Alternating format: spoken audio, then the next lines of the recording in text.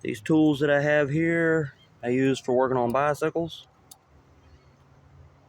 Allen set, wire brush, brass, big ass channel locks, 12-inch crescent wrench that I found in a trash can.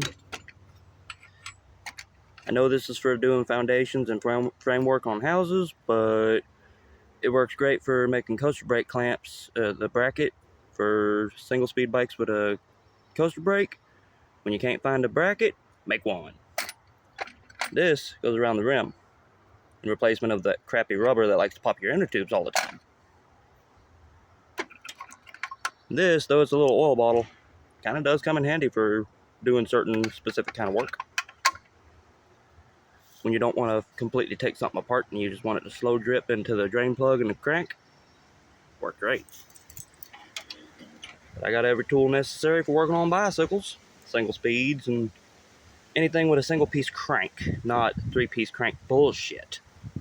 I don't like 3-piece cranks. I have bikes with 3-piece cranks, but I don't service them, I don't fix them, I don't fuck with them. Right now, I'm working on a 2005 Huffy Champion for a friend of mine. He wants a bike that rides. When I got this bike, the front end wouldn't turn. Look at them bearings in there, they toasty. Chain's a little toasty, but I'm pretty sure I can get that to come back to life. Seat post is stuck. It's an easy fix. I can friggin' use 3-in-1 and use my hammers and stuff. Speaking of, didn't even show you my hammer. It's a trailer hitch. Works great. Working on old bicycles. Also, part stockpile. And yes, that's a green machine with a fender on it and a knobby tire. That thing is fucking awesome. I just need to find some PVC to wrap around the back wheels because they've fallen apart. Or find some replacement back wheels that are newer from one that hadn't been ridden and just rusted out that has ended up being scrapped. Take the wheels off of that, throw them on that, and I'm good to go. Go for a ride again. That thing's fun. But yeah, my part stockpiles, my 2 special bikes, my 81 Huffy Cranbrook and my 53 Harland. Yeah, I also have a GT Berm hiding right there. Weird ass little BMX. A little too light to be a GT. Most GTs are heavy as fuck. Not that one.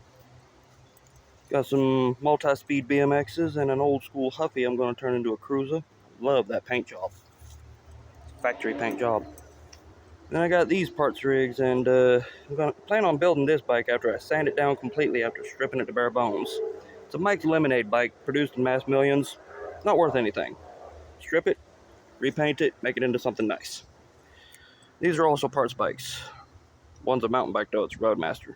I might turn into something single speed cruiser wise, maybe repaint it and shit. Magenta purple I'm thinking, because got a little bit of purple back here making me go, frame would look better in magenta. That's just me. Got a couple of Build-A Popsicles, a fucking 4th gen piece of crap with a 3-piece crank that ain't worth a fuck. Strip it down to bare bones aside from the crank that's staying on there. I'm taking the chain off and everything. I'm putting all the parts that I can get off of it onto that one. 1st gen Build-A Popsicle. Much taller, much nicer fucking bike than this generic fucking 4th gen mass-produced piece of shit. I even got a female Murray Monterey from like the 80s or 90s. Early 90s, late 80s era bike to go on to an early 80s multi-speed Murray that's going to be turned into a single speed. It's a badass frame as well. Just a little tour of my graveyard and what I've been doing, I guess, if you want to call it that. What's been keeping me busy. I'm going to turn that into something nice too. Kind of like the BMX that I ride, like my Green Invader. I'm going to turn that into something similar. Not even going to paint it, it's a nice frame. Then I got these. That blue one, that's a specific project. Just got to repaint it and shit. The only BMX I'm going to repaint. But yeah, I got these. I know it doesn't seem like a lot at all, you know.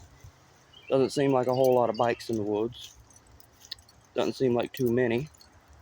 But then when you go walking down my trail, then you start to notice something. There's a reoccurring theme here. And that theme is, well, bicycles, bicycles, bicycles, bicycles, more bicycles, more bicycles, all through the woods. Yeah, that's what I like to do. It is what it is. It's my camp. But yeah, got to show you the miniatures section, which has a couple of 20-inch bikes, but they will soon be moved to where they belong. And then the rest will just be parted over time for fixing other bikes. Don't know if you could see my face when I was facing the camera towards me, but here you go. Here's the smaller bikes and one BMX that don't belong over here. And yeah, more bikes, more parts, more everything. The graveyard in the woods, if you will. There's a couple of Next La Hollas from frickin' 2005. You know, they're both the same, just one has stickers torn off. The other one has all of its stickers.